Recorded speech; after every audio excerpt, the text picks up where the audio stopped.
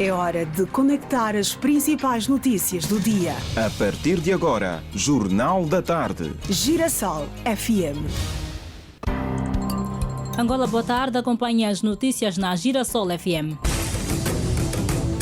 No Dia da Liberdade de Imprensa, o Sindicato dos Jornalistas afirma que profissionais da classe são perseguidos. Estado do viaduto que liga a Vocumbe ao Golfo 2 preocupa automobilistas e peões. Do desporto, petrolíferos pretendem manter-se na senda das vitórias na Ball League. Lá fora, Liga Árabe, União Africana e ONU intensificam esforços pela paz no Sudão. Jornal da Tarde, edição de terça-feira, 3 de maio de 2023, tem a garantia técnica do Galácio Santana. Edição e apresentação de Celestina Zola e Janete Meio-Dia. Estamos a apresentar Jornal da Tarde, aqui na Girassol FM. Uma vez mais, boa tarde. São agora 12 horas e 1 minuto. Sua segurança, sua saúde e serviços. Agora, notícias de sociedade. A degradação da via que dá acesso ao bairro Santa Terezinha e o viaduto que liga o Avocumbe ao Golfo 2 na zona 17 preocupa os moradores e, sobretudo, os automobilistas e passageiros que diariamente se veem obrigados a trafegar por aquela zona. Os automobilistas e passageiros dizem ser urgente a reabilitação da via, pois liga a vários pontos da cidade de Luanda. Simão Manuel Antônio, bom estado dessa via, tinha nos provocado muitos danos. As molas, os terminais de direção, terminais de suspensão, uma via alternativa. Essa via facilita muito os trabalhadores de acesso aos Correios, depois ao Cascal do Lourenço, depois ao aeroporto, Maianga. Todos passam por aqui, vêm do Calemba 2, passam por aqui. Senhor Necas, eu frequento muito essa área devido às lojas lá das peças, lá nos Correios. Eu vivo no Benfica, mas quando chego aqui nesse lado, me facilita muito. Antônio Neto, esta via, praticamente quando a via do outro lado está engarrafada, e essa é a alternativa que nos facilita a se locomover. Vejamos, essa ponte está mesmo já a decair e dentro em breve já não vamos poder passar por esse lado. Quem é de direito, se for possível, para poder dar um jeito nesta via, vai nos facilitar como automobilista. E o administrador do Distrito Urbano do Golfo, Pascoal Paulo, disse que já há projetos para a resolução da via da Santa Terezinha. A via Santa Terezinha tem estado a sofrer algumas obras de recuperação em termos de terraplanagem, mas vimos que a necessidade dessa rua ser muito importante. Ela já está inscrita dentro do nosso programa de reabilitação e asfaltagem da rua a nível do Golfo, propusemos a nível do município. Logo que as condições forem criadas, ela poderá também retomar os seus trabalhos. É uma escapatória muito grande da rua do 28 de agosto para esta rua Santa Terezinha. Com esta reclamação da população, nós vamos virar a nossa bateria para mais atenção para este ponteco, nós chamamos ponteco. Por que ela ficou assim? Ficou porque ao longo da chuva que bateu, ela foi corroendo lado a lado. Mas já temos uma equipe a trabalhar, que é a área do saneamento, a área técnica, para logo as condições estiverem criadas, vamos então trabalhar para que ela tenha mais consistência. Enquanto maior coisa não vem, nós vamos recuperar o que temos para ver se conseguimos dar maior tráfego a nível da comunidade. Ouvíamos o administrador do Distrito Urbano do Golfo, Pascoal Paulo. Via que liga ao bairro Santa Terezinha vai merecer obras de recuperação nos próximos dias. Na Estrada Nacional 120 foi inaugurada nesta terça-feira a ponte sobre o rio Moege, a 15 quilómetros da cidade do Dondo. A infraestrutura liga as regiões norte, centro, sul e leste do país e vai tornar mais facilitada a circulação de pessoas e bens naquela zona considerada placa giratória. Com capacidade para suportar mais de 500 toneladas, a ponte, construída em betão e ferro, tem 60 metros de comprimento, 11 de largura e 10 de altura. O seu tempo útil de vida são de 50 anos. O Serviço de Investigação Criminal deteve um cidadão nacional de 43 anos, indiciado nos crimes de fabrico e falsificação de títulos de crédito e burla ocorridos no interior do shopping Quilamba, que permitiu o levantamento de diversas mercadorias, dentre as quais aparelhos de ar-condicionado. A informação foi avançada pelo porta-voz do SIC Luanda, Fernando de Carvalho. A detenção deveu-se pelo facto do implicado e mais 2 comparsas em fuga terem afluído ao estabelecimento comercial denominado Casa dos Sonhos Internacional Comércio, no Quilamba Shopping, onde adquiriram 40 aparelhos de ar-condicionado de 12 BTUs de marca Cleia, apresentando para efeito um bordador falsificado com a designação do Banco Milênio Atlântico, cujo valor nele descrito ronda os 22 milhões de kwanzas, que para o transporte do referido material foi fretada uma viatura de marca Mitsubishi Canter. Pela demora do embolso dos valores na conta da empresa, o seu proprietário conferiu minuciosamente a autenticidade do bordador e notou tratar-se de uma burla imposta por aquela quadrilha. Importa realçar, os supostos 22 milhões de kwanzas seriam para a compra contínua de outros materiais. Acionados nossos operacionais e por conta de um trabalho de inteligência criminal, foi possível a detenção de um dos implicados e a recuperação de 40 aparelhos de ar-condicionado. Ouvimos Fernando de Carvalho, porta-voz do Serviço de Investigação Criminal a nível da província de Luanda. Seguimos, todos os detidos passam a ser obrigatoriamente presentes a um juiz de garantia nas 48 horas depois da sua detenção para os passos subsequentes. Os magistrados do Ministério Público deixam de decretar a prisão preventiva ou outra medida a cautelar aos detidos, mas vão continuar a ser os atores da ação penal a investigar e a proceder ao interrogatório preliminar dos cidadãos detidos.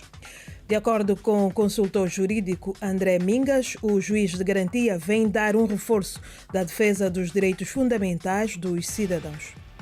Nessa perspectiva, é um elemento bastante importante, porque vem, sem sombra de dúvidas, concluir ou levar a um processo de conclusão de desenvolvimento para aquilo que são os direitos fundamentais e a garantia dos direitos fundamentais em Angola, em duas perspectivas essenciais. Primeiro, para aquilo que é a efetivação, o alcance e a administração da justiça, e depois para aquilo que é a efetivação e defesa dos direitos fundamentais de cada cidadão. Pôr em prática aquilo que é a existência desses juízes de forma material, porque de forma formal já existia há muito tempo essa figura dentro do ordenamento jurídico angolano.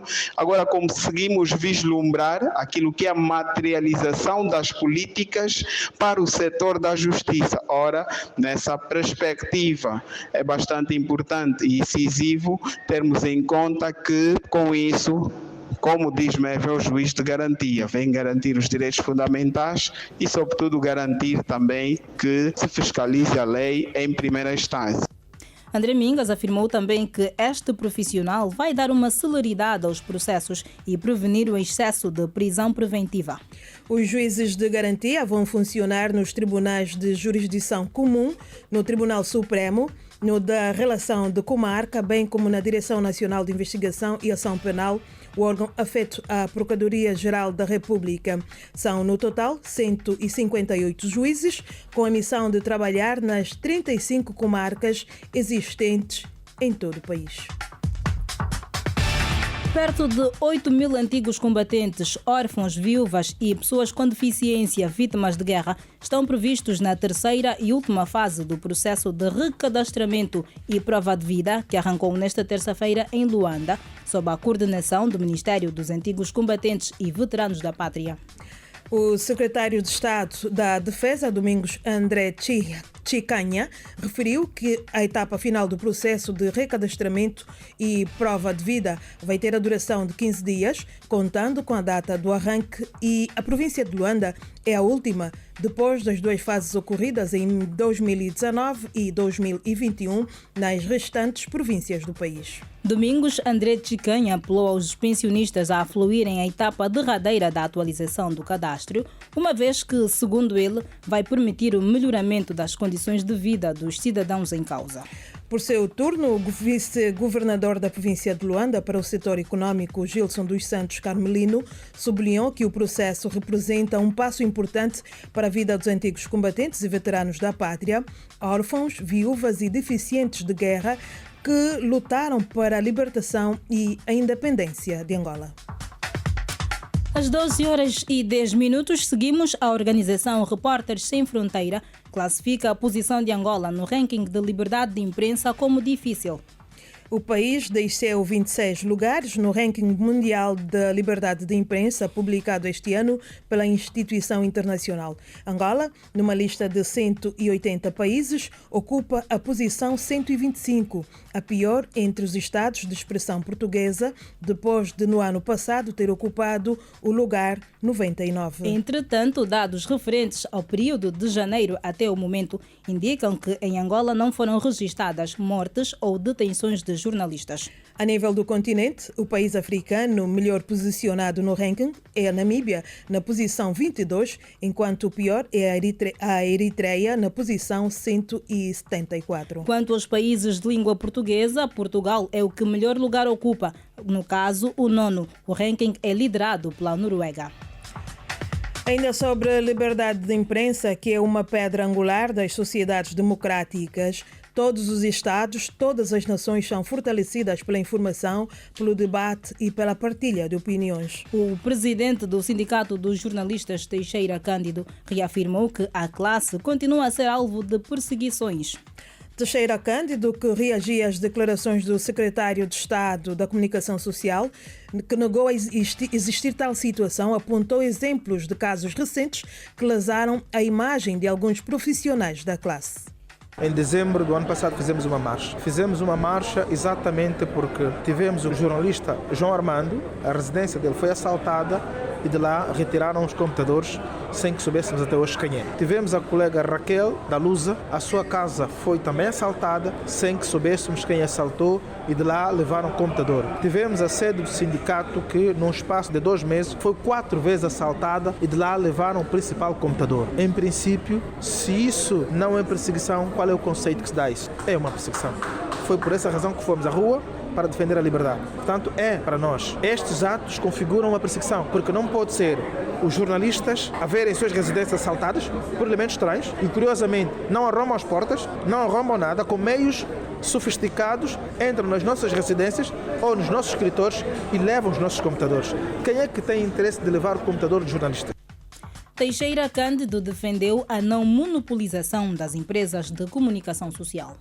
Nós defendemos a privatização porque é de lei, porque a lei entende que o Estado não pode ter monopólio e nesta altura o Estado tem monopólio da televisão, não pode. O Estado hoje detém os principais canais de televisão, não pode, porque é proibido por lei. Na verdade estamos a dizer privatizar sim, mas associado a um conjunto de incentivos para facilitar o empresário ou as empresas que adquirirem esses órgãos de comunicação social. Presidente do Sindicato dos Jornalistas, Teixeira Cândido, quando falava sobre o estado atual da liberdade de imprensa no país. E por ocasião do Dia Mundial da Liberdade de Imprensa, o Bureau Político do MPLA, através de uma nota, informa que condena veementemente todas as manifestações que impedem os jornalistas de exercerem o seu trabalho de forma livre, plural e independente, permitindo que os cidadãos formem de modo diversificado a sua opinião.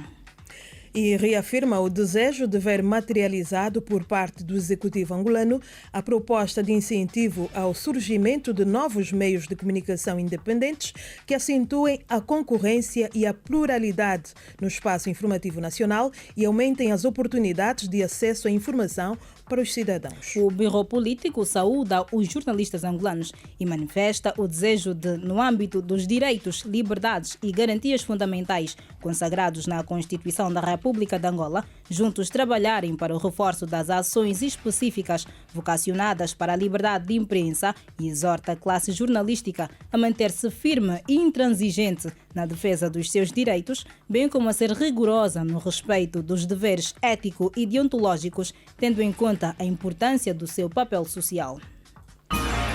Agora, política de Angola e do mundo. São agora 12h14. Acontece neste momento a reunião conjunta da especialidade para discussão e votação da proposta de Lei Geral de Trabalho na Assembleia Nacional. Dentre os vários pontos apresentados pelos parceiros sociais, o destaque recai para a formação dos trabalhadores, garantidas pelo empregador. Note-se ainda que a proposta de Lei Geral do Trabalho tem em conta o programa de governo do Executivo, nos termos do qual as relações laborais devem ser vistas como medidas de política estratégica para estimular a valorização do capital humano e a promoção do emprego qualificado e remunerado. Um preceito cuja interpretação possa levar a que o empregador nunca proceda à formação profissional esbarraria o pretendido pelo legislador. Também não se deve sustentar que o empregador tem o dever de diligenciar por toda e qualquer formação do trabalhador, mas que deve providenciar a formação indispensável para que o trabalhador cumpra a sua prestação em termos normais, evitando situações de incompetência dos trabalhadores para o desenvolvimento da atividade contratada. No capítulo do aperfeiçoamento e formação profissional, a Ordem dos Advogados apresentou a sua proposta. A formação profissional destina-se a proporcionar aos trabalhadores a aquisição de competências teóricas e práticas com vista à obtenção e elevação da sua qualificação para o exercício das funções inerentes ao posto de trabalho. Número 2. O aperfeiçoamento profissional ou formação profissional contínua destina-se a aprimorar a qualificação profissional e a permitir a adaptação permanente dos trabalhadores às mudanças tecnológicas e das condições de trabalho, propondo-se também a eliminação dos números 3 e 4 constantes da proposta no mesmo artigo. Propôs-se ainda a inserção de um novo preceito, do qual se retire que a formação profissional não é uma faculdade que cabe ao empregador, mas antes que esta se caracteriza como um verdadeiro dever e, consequentemente, um direito do trabalhador de receber esta formação, sob pena de se desvirtuar o pretendido com a presente proposta da Lei Geral do Trabalho. Ouvíamos Armando Kapunda, relator do parecer conjunto da nova Lei Geral do Trabalho, em discussão na Assembleia Nacional. Seu dinheiro, mercado financeiro, negócios.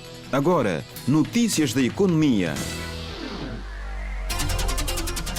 O ministro dos Recursos Minerais, Petróleo e Gás, Diamantino Azevedo, e a ministra do Ambiente, Ana Paula de Carvalho, desenvolvem uma jornada de trabalho na província de Cabinda.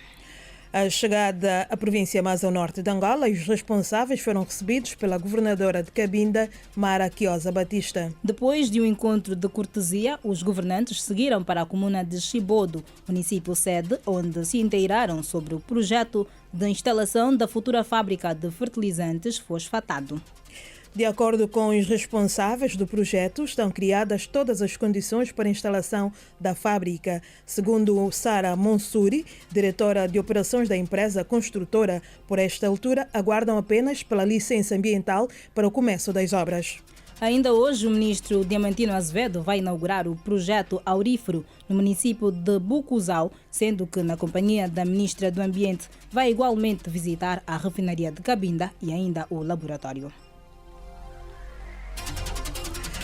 Seguimos para apoiar a implementação do Programa de Fomento da Produção de Grãos, Plana Grão. O Banco Africano de Desenvolvimento vai disponibilizar recursos financeiros e conhecimento técnico, informou o diretor da Agricultura e Agroindústria e chefe da missão da instituição, Martim Frejene. Em audiência com o ministro da Economia e Planeamento, Mário Caetano João, Martim Frejene disse que o Plana Grão é um plano ambicioso que o banco quer apoiar, incluindo também a criação de mercado para a produção de 6 milhões de toneladas de alimentos. E o ministro da Economia e Planeamento convidou o BAD a juntar-se ao Banco Mundial no corredor do Lubito, no reforço da implementação do projeto de aceleração da diversificação econômica e criação de emprego. De acordo com Mário Caetano João, a ideia é criar uma cadeia de valor para a produção, onde haja escoamento da produção para os centros logísticos e para os centros de consumo, representando um apoio para a criação de mercado. Chegou a hora dos destaques do desporto.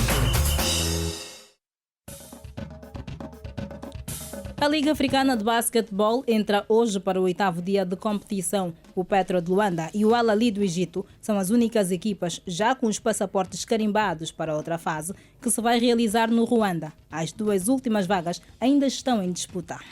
Outros destaques do desporto: Angola acolhe prova de natação da Zona 4 de África. Messi antecipa a saída do PSG. Mais desporto, mais daqui a pouco, no Grande Jogada. And now, the news. O mundo em notícias. Um mundo em notícias. Notícias da atualidade internacional a seguir, onde destacamos que o chefe da Liga Árabe manteve conversações nesta terça-feira com um representante do líder militar sudanês, general Abdel Fattah al-Burhan, na sede da organização no Cairo, capital do Egito. Edna Firmino. Após a reunião, Dafaa Ali disse que a crise no Sudão é um assunto interno e alertou contra qualquer interferência externa. O representante do líder Abdel Burhan, Dafaa Ali, há contactos para a concretização da trégua, mas esta trégua deve apenas contar com a participação das instituições políticas a que pertencem, a primeira das quais a Liga Árabe e também a União Africana, e não aceitamos nada que nos seja imposto por qualquer direção. Na terça-feira, a União Africana, em colaboração com as Nações Unidas e a IGAD, anunciaram um novo esforço conjunto para acabar com o conflito em curso no Sudão. 447 civis foram mortos e mais de 2.000 feridos desde o início dos combates, de acordo com dados divulgados nesta segunda-feira pelo Sindicato dos Médicos, que rastreia as vítimas civis. E no que toca à insegurança alimentar, a ONU alerta para o agravamento da situação. A insegurança alimentar agravou-se em 2022, com 258 milhões de pessoas em 58 países a necessitar de ajuda de emergência, contra 193 milhões do ano anterior. Alertaram hoje várias agências da ONU. O aumento deve-se a conflitos, crises econômicas e catastróficas, segundo o 7º relatório sobre a crise alimentar mundial, elaborado por uma rede de 17 agências ligadas à ONU. A jornalista Edna Firmino e as notas da atualidade internacional. E assim marcamos o ponto final deste jornal, mas vamos voltar à primeira página para lhe recordar o que foi destaque. No Dia da Liberdade de Imprensa, o Sindicato dos Jornalistas afirma que profissionais da classe são perseguidos. Estado do viaduto que liga a Vocumbi ao Golfo 2 preocupa automobilistas e peões. Do desporto, petrolíferos pretendem manter-se na senda das vitórias na BAL. Na página internacional, noticiamos: Liga Árabe, União Africana e ONU intensificam esforços pela paz no Sudão. Acompanhou o Jornal da Tarde, edição de quarta-feira, 3 de maio de 2023, que teve a garantia técnica de Galácio Santana.